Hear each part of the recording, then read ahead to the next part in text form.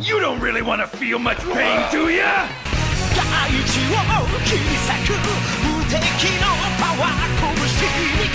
Quick thing before I start this part. A commenter was kind enough to correct me on what I said about the Hyaki Empire and the demons from New Getter, which are in fact completely different entities. The ones from New Getter come from Kenishikawa's other manga, Kyomu Senki, just like the time travel arc and the 4 gods from later on.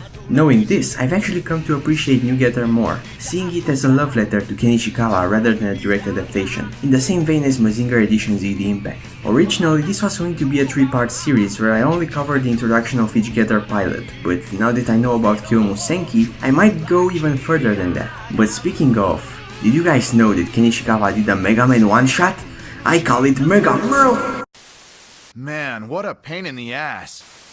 As we all know, Getter Robo pioneered the concept of a combining super robot, which means it is made out of 3 units, the Jaguar, the Bear and the Eagle. That also means Ryoma won't be able to use his full potential by himself, so at this point in the story, Saotome sends him to search for other pilots. In the manga, this is where we get introduced to Hayato's school, which is a school Hayato and his friends took over as the HQ for their revolutionist fantasies. Hayato is the leader of this group, which already sets him up as the potential brains of the Getter team.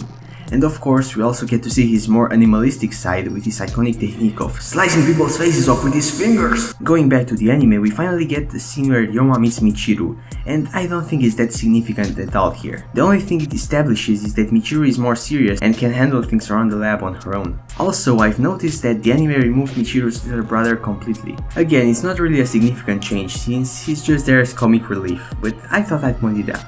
Now it's finally time to talk about Hayato's anime counterpart. Since just like Ryoma he's already 20 years old here, Hayato's school as a concept wouldn't make any sense, so instead he's the leader of a terrorist organization. My problem however sparks from the fact that this doesn't feel like Hayato at all. Compared to the manga, I really think the anime downplayed his intelligence and instead focused on his brutal side. Even the voice actor they chose for him makes him sound like a beast rather than the cold, calculated Hayato I know.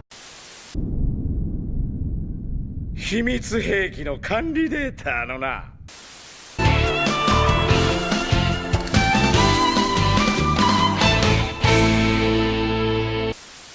Moving on, we see Ryoma coming to the school and making a mess out of Hayato's subordinates before confronting the man himself. Right as they are about to get heated, they get interrupted by the dinosaurs. This is a really important moment because it allows us to see Hayato's true colors. Up until this point, he has been established as this badass with no remorse for his comrades, but now when faced with a real threat, he's nothing more than a coward who wets his pants, kept alive by his sheer instinct. In the anime, Ryoma and Hayato meet as the terrorists try to invade the Saotome research lab, and from this point, the anime and the manga go through pretty much the same motions. Ryoma and Hayato fight, they get interrupted by the Oni, and then Ryoma forces Hayato into the Getter unit.